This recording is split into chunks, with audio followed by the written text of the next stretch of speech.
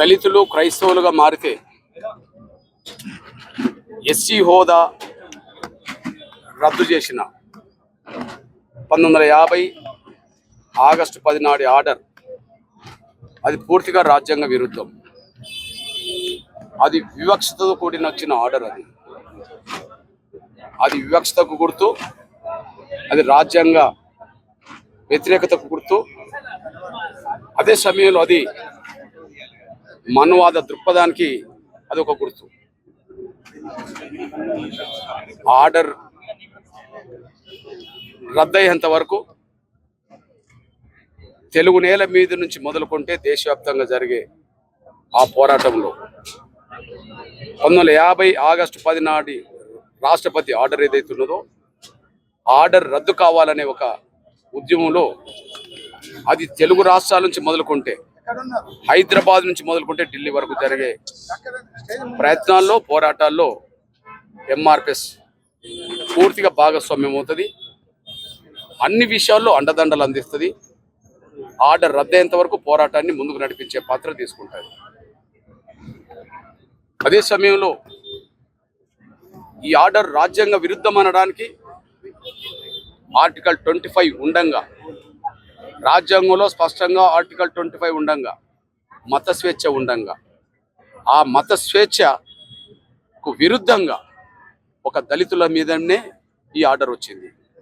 అందుకనే ఈ order article 25కి వ్యతిరేకమే కాకుండా, రాజ్యాంగంలో ఉండబడే ఆర్టికల్ 25కి వ్యతిరేకమే కాకుండా అది వివక్షతో కూడిన ఆర్డర్ అని మేము భావించాల్సి వస్తుంది. అది వాస్తవం. ఎందుకంటే ఈ తెలుగు నేల మీద దేశంలో సామాజిక వర్గాల వారిగా చర్చలు ఉన్నాయి.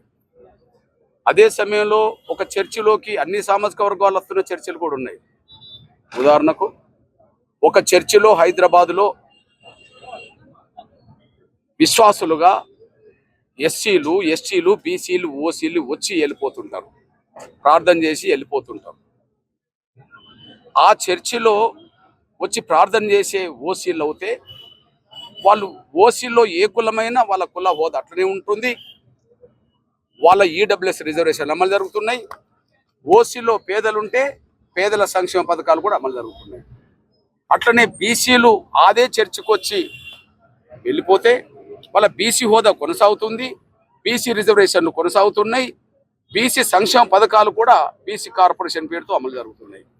అదే చర్చికి ఎస్టీలు వస్తే ఎస్టీ హోదా కొనసాగుతుంది, ఎస్టీ రిజర్వేషన్లు అమలు జరుగుతున్నాయి, ఎస్టీల పేరుతో వచ్చే సంక్షేమ పథకాలు ఎస్టీలకు వస్తున్నాయి. మరి అదే చర్చిలో ఎస్సీలు వస్తే ఎస్సీ హోదా రద్దు కావడం ఏంది, ఎస్సీ రిజర్వేషన్లు రద్దు కావడం ఏంది, ఎస్సీ సంక్షేమ పథకాలు దూరం కావడం ఏంది?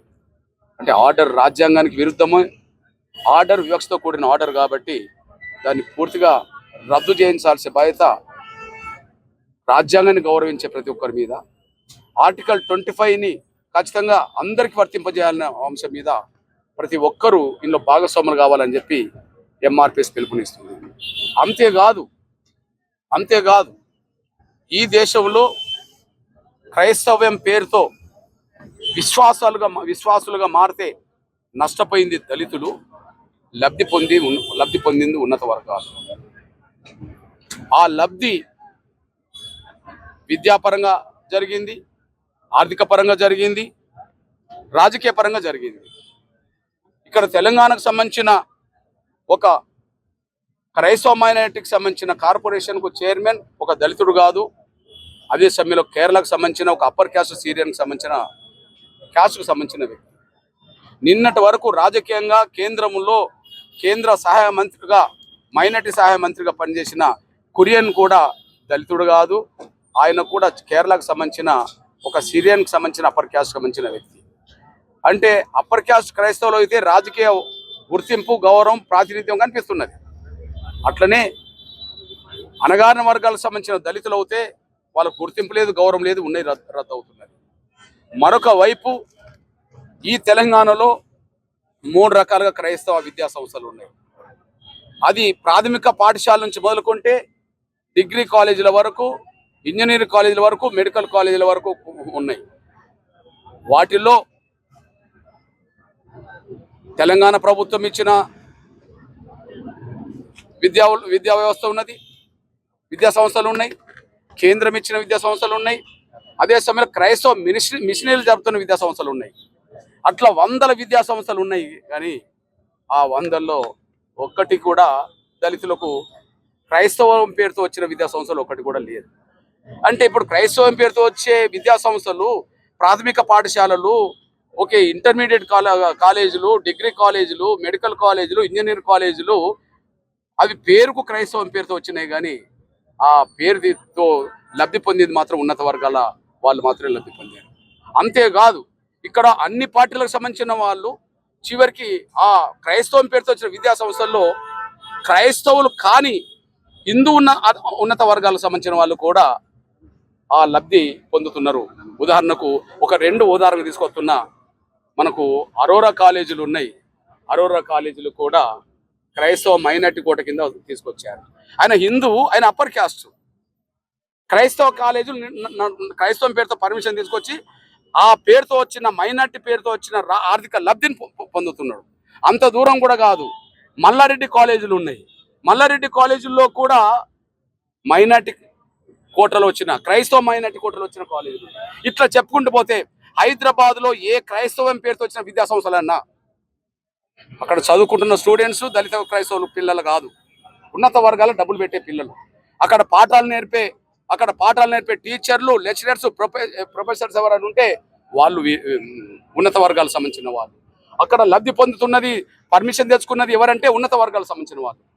అంటే వాళ్ళు క్రైస్తవులు కాకపోయినా క్రైస్తవుల పేరుతో లబ్ధి పొందేటోళ్ళు ఉన్నత వర్గాలు అయిపోయినరు, క్రైస్తవులైనా లబ్ధి పొందేటోళ్ళు ఉన్నత వర్గాలు అయిపోయినరు. కానీ దళితులు క్రైస్తవులు మాత్రం వాడు ఎస్సీ పోతుంది, వాడి సంక్షేమం పోతుంది, వాడి ఉద్యోగాలు పోతున్నాయి, వాడి చదువు పోతున్నది, చివరికి వాడికి రాజకీయ లబ్ధి లేకుండా పోతున్నది, ఏం లేకుండా పోతున్నది.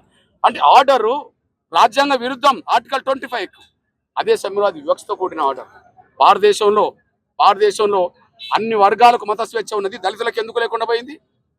ఓసీలు క్రైస్తవుల మతం మారితే మీరు కాలేజీలు ఇస్తారా? మీరు యూనివర్సిటీలు ఇస్తారా? మీరు మెడికల్ కాలేజీలు ఇస్తారా? మీరు ఇంజనీరింగ్ కాలేజీలు ఇస్తారా? దళితేతరులు మారితే అన్ని విద్యా సంస్థలు ఇస్తారా? లేదా ఆర్థిక ప్రయోజనాలు ఇస్తారా? మీరు కేంద్ర మంత్రులు చేస్తారా?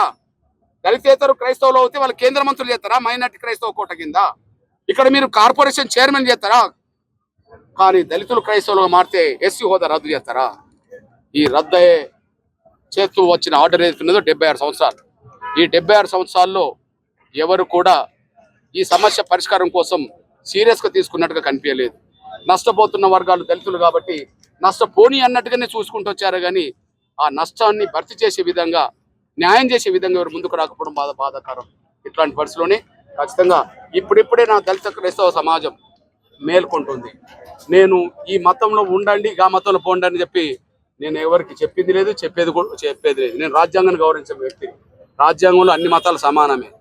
నాకు ఎవరి మతాన్నైనా విశ్వసించే, గౌరవిస్తే సాంప్రదాయం నాకున్నది.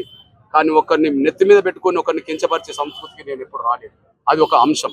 కానీ ఇది న్యాయం కాబట్టి, ఆర్డర్ దుర్మార్గం కాబట్టి, ఆర్డర్ వివక్షత ఉన్నది కాబట్టి, ఆర్డర్ రాజ్యాంగ విరుద్ధం ఉన్నది కాబట్టి ఖచ్చితంగా ఆర్డర్ రద్దయ్యేంత వరకు మాత్రం జరిగే ప్రతి ప్రయత్నంలో దళిత క్రైస్తవులను చైతన్యం చేసే కాడ, పోరాటానికి సిద్ధం చేసే కాడ, దళిత క్రైస్తవ సమాజానికి మద్దతు కూడా కట్టే కాడ, దళిత క్రైస్తవ సమాజ సమస్య పరిష్కారం కోసం చర్చలు జరిపే కాడ, అవసరం ఉంటే పోరాటాన్ని ముందుకు తీసుకెళ్లే కాడ ఎంఆర్పిఎస్ తమ వంతు పాత్ర సీరియస్గా పోషిస్తుంది. ఇందులో ఎక్కడా రాజీ పడకుండానే యుద్ధాన్ని కొనసాగిస్తామనే విషయం కూడా తెలియజేస్తున్నాం.